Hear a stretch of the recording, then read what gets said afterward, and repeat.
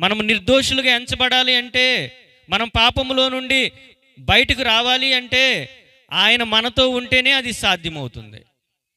ఆయన ఉచితంగా మనల్ని నీతిమంతులుగా తీరిస్తేనే మనం నీతిమంతులుగా తీర్చబడతాం.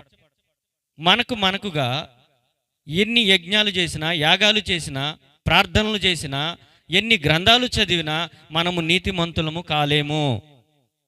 ఒకే ఒక కార్యాన్ని బట్టి మనం నీతిమంతులుగా తీర్చబడతాం. ఏంటి ఆ కార్యం? ఏంటండి ఆ కార్యం? ప్రభు అయిన యేసునందు విశ్వాసం ఉంచుము, అప్పుడు నీవును నీ ఇంటి వారును రక్షింపబడతారు అని అపోస్తుడైన పౌలు జైలు అధికారితో చెప్తున్నాడు. అయ్యా, నేను రక్షింపబడాలంటే ఏం చేయాలి అని అడిగాడు.